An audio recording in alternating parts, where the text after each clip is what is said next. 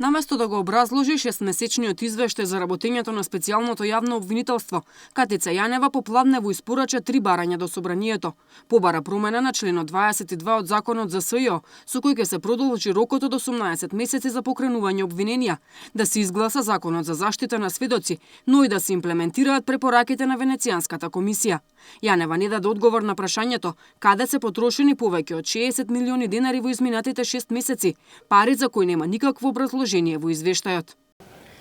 Во однос на платите и во однос на финансискиот извештај, како прво, финансискиот извештај, како и минатиот извештај што го доставив на 15 март, беше во прилог на извештајот беше и даночната пријава во која беа наведени сите поставки потрошени пари од буџетот на специјалното јавно обвинителство. И истото ќе биде доставено, бидејќи се во тек многу јавни набавки, во тек се исплата на многу јавни набавки во однос на овој објект што ни е тука. 5-часовната расправа на Собраниската комисија за политички систем и односи меѓу заедниците Јанева попладнево ја претвори во циркус. Повеќе пати потенцираше дека таа и натаму стои зад својата изјава дека собранието е нелегитимно. За нелегитимноста што сум ја кажала изјавата, тврдо останувам на таа изјава и во овој прилика кажувам. Затоа што во прислушуваните разговори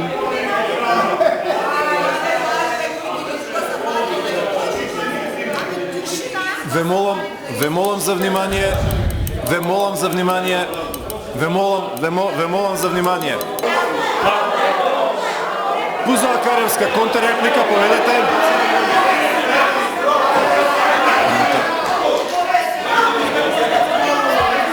Ќе добијат.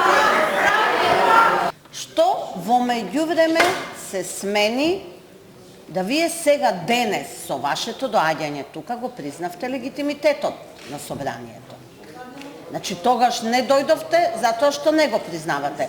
Сега ми одговарате пак дека не го признавате, а од друга страна барате да ги донесеме законите. Значи многу контрадикторен одговор. Одговарајќи на прашање на пратениците, специјалната обвинителка рече дека досега се преслушани само 12% од преслушуваните материјали кои ги поседува, но дека во нив немало ниту еден разговор на опозицијскиот лидер Зоран Заев, кој јавно тврдеше дека е најпреслушуван политичар во земјава. Што се однесува да покренеме истрага против градоначалникот на Струмица, до сега одговорно тврдам дека во тие 12% разговори кои ги прислушуваме нема разговори од градоначалникот, нема. И би сакала да кажам дека доколку има, ќе биде покрената во овој момент. На тоа прашање не може никој да одговори. По теорија на веројатност, ако градоначалникот на Струмица, попатно и лидер на една политичка партија, е најприслушкуван политичар, навистина е неверојатно како вие се уште не сте дошле на ред да ги преслушате разговорите на тој што најмногу го имате во прислушкуваните разговори. Јас ви кажав и ве прашав, дали не сте свесни дека за ист случај, за исти постапки, за исти јавни набавки, во Битола се трошат 5 банки, во Струмица се трошат 15 банки. И вие се вадите на тоа дека немало прислушкувани разговори на Зоран Заев?